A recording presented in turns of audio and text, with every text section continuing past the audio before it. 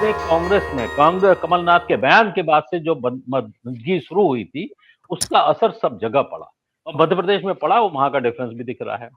अगर यही सब आगे रहेगा तो क्या होगा, अब कह नहीं सकते हैं। आज हम इसी पे बात करेंगे, हमारे साथ जो मेहमान हैं, उनसे हम आपका परिचय कराते हैं।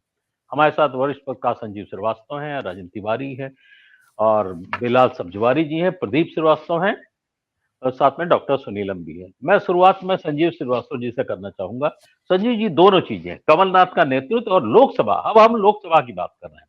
8% का जो गैप है, इसको पाटना कांग्रेस के लिए एक बड़ी चुनौती है ना जी। निश्चित तौर पर जिस तरीके का मैंडेट आया है और जिस तरीके का अंतर है, ये बहुत। और अब तो बीजेपी ने तो ताल ठोकी हुई। बीजेपी तो लोकसभा चुनाव के लिए मैदान में उतर चुकी है। उनके सारा रणनीति जो है वो लगभग तैयार है। लेकिन इधर कांग्रेस तो अभी सन्नीपात की स्थिति में है। कांग्रेस की ओर से पहले तो जब से नतीजे आए थे, उसके बाद कमलनाथ जी कम से कम भोपाल में तो नहीं दिख पाए थे। वो ऐसी भी सूचनाएं थी शायद हिंदुस्तान के बाहर है, और फिर जब लौटे तो छिंदवाड़ा गए थे। उनके लिए मध्य प्रदेश में जो जैसे है ना, अर्जुन के लिए एक जो लक्ष्य होता था कि वो उन्हें सिर्फ चिड़िया की आंख दिखती थी, तो वैसे ही कमलनाथ जी का है कि उनके पास छिंदवाड़ा ही सब कुछ है। जब वो मुख्यमंत्री होते थे तो उन्हें भी ये भी कहा जाता था कि छिंदवाड़ा के वे मुख्यमंत्री हैं, सारी कुछ वो थी।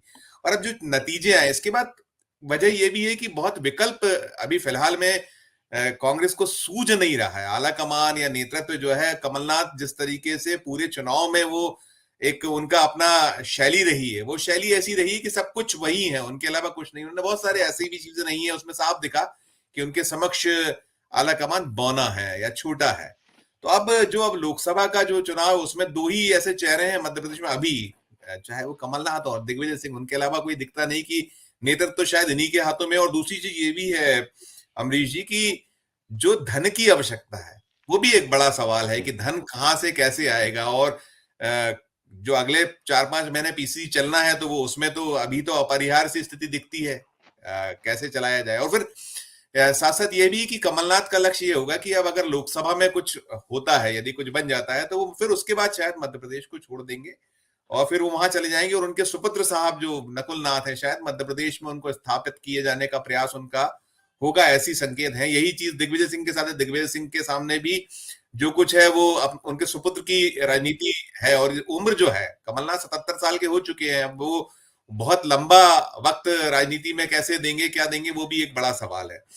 और साथ साथ ये भी एक बड़ी स्थिति है कि मध्य प्रदेश में अभी जो बीजेपी से लड़ना है या सामने जो कुछ भी है, वो कैसे होगा, क्या होगा, उसके लिए क्या नए कार्ड्स खेलने होंगे, कैसे जमावट करनी होगी, वो सबके लिए दिल्ली का साथ भी चाहिए। दिल्ली क्या चलती है अपने, उसके क्या रुख होता, रवैया होता है।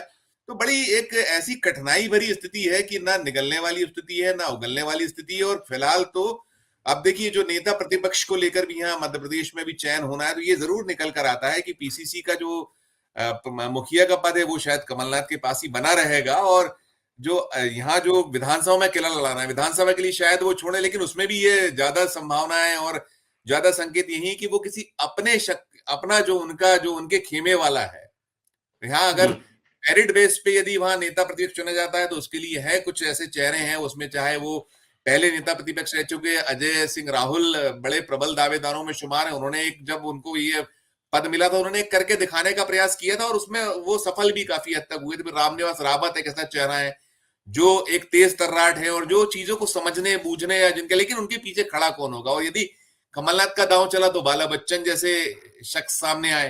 तो कुल मिला के अभी जो स्थिति है मध्य प्रदेश की, उसमें नेता प्रतिपक्ष का पद वो छोड़ेंगे जरूर, लेकिन अपने को किसी को बनवाना चाहेंगे। और जो लोकसभा का चुनाव है, जो उसमें वो खुद रहकर और उनके साथ में दिग्विजय सिंह रहकर, या जो उनका पूरा एक कोटरी है, वही कोटरी आगे बढ़ेगी। और अब टिकटों को लेकर भी यही कुछ होगा कि आपके लड़ाने के लिए चेहरे कौन होंगे। वही सज्जन सिंह वर्मा होंगे, अगर जबलपुर जाइए तो तरुण भानोट होंगे, भले ही बुरी तरह हारे होंगे। तो वो सब क्या आला कमान उस पर कितना उनको आजादी देगा। लेकिन कमलनाथ का जो अपना कद है, रुतबा है, और जो उनकी वहां दिल्ली के दरबार में जिस तरीके की स्वीकारोक्ति रही है, वो उसमें सब में कितना सफल होते हैं, क्या होते हैं, आने वाले समय में दिखाई देगा। लेकिन हाँ, कमलनाथ के चेहरे पर या उनको आगे रख के यहाँ मध्य प्रदेश दांव खेला जाएगा, इसकी संभावना ज्यादा है।